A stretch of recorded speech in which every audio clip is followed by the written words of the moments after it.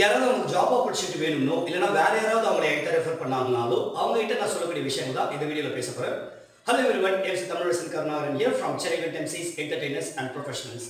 Basically நான் வந்து ஒரு ஈவெண்ட் ஆங்கர். ஒரு ஷோ இருக்கு அப்படின்னா அதை போய் ஹோஸ்ட் பண்ணுவேன். அது பர்த்டேவாக இருக்கலாம், வெட்டிங்காக இருக்கலாம், கார்பரேட் ஈவெண்ட்டாக இருக்கலாம், இல்லைனா சோஷியல் ஈவெண்ட்ஸாக இருக்கலாம். இது மாதிரி வந்து ஈவெண்ட் இண்டஸ்ட்ரியில் ஒரு 60 டிஃப்ரெண்ட் டைப்ஸ் ஆஃப் ஈவெண்ட்னு பிரிச்சு இது எல்லாமே வந்து ஹோஸ்ட் பண்ணுறோம்.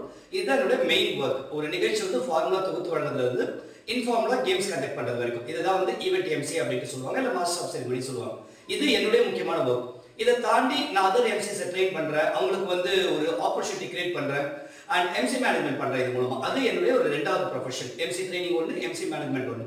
இதை தாண்டி இன்னும் நிறைய விஷயங்கள் இருக்கு. ஈவெண்ட் இண்டஸ்ட்ரியில் ப்ரொமோட்டர் மேனேஜ்மெண்ட் இருக்கு. ஈவெண்ட்டுக்கு தேவையான ஹோஸ்டர்ஸ் ஆகட்டும், இல்ல ப்ரொமோட்டர் பாய்ஸ், ப்ரொமோட்டர் கேர்ள்ஸ் ஆகட்டும், வெல்கம் கேர்ள்ஸ் ஆகட்டும், இவங்களுக்கு கொடுக்கறது இது வந்து மேன் பவர் ஏஜென்சின்னு சொல்லுவாங்க, இல்லைனா வந்து ப்ரொமோட்டர் மேனேஜ்மெண்ட் சொல்லுவாங்க. இதுவும் பண்ணிட்டு இருக்கேன். இது வந்து நான் ஃபுல் பிளேஜா பண்ணனாலும் யாராவது ரொம்ப டிசர்விங்கான பாய்ஸோ கேர்ள்ஸோ இருக்கிறாங்க அப்படின்னு சொல்லும்போது ஒரு ரெக்வயர்மெண்ட் வரும்போது நான் வந்து அவங்களை கனெக்ட் பண்ணி விடுறது. ஸோ இது மூணு தான் என்னோட main work. MC management and training and promoter management.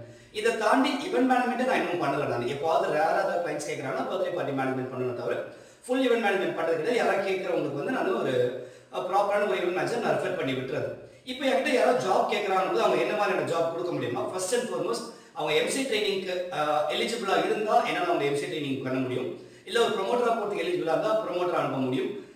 இல்லை எம்சி மேனேஜ்மெண்ட் அவங்களால பண்ண முடியும் அப்படின்னா அவங்களுக்கு நான் சொல்லி கொடுத்து பண்ண வைக்க முடியும். இதெல்லாம் என்னால் பண்ண வைக்க முடியும். இதை தாண்டி யாராவது அதாவது ஜாப் எதிர்பார்க்குறாங்க அப்படின்னு சொல்லும்போது ஃபர்ஸ்ட் அவங்களுக்கு என்ன வேணும், அவங்க என்ன படிச்சிருக்காங்க, அவங்களோட ஸ்கில் செட் அவங்களுக்கு என்ன வேணும், இதெல்லாம் நான் கேட்டுட்டு அதை பொறுத்து தான் டிசைட் பண்ணுறேன்.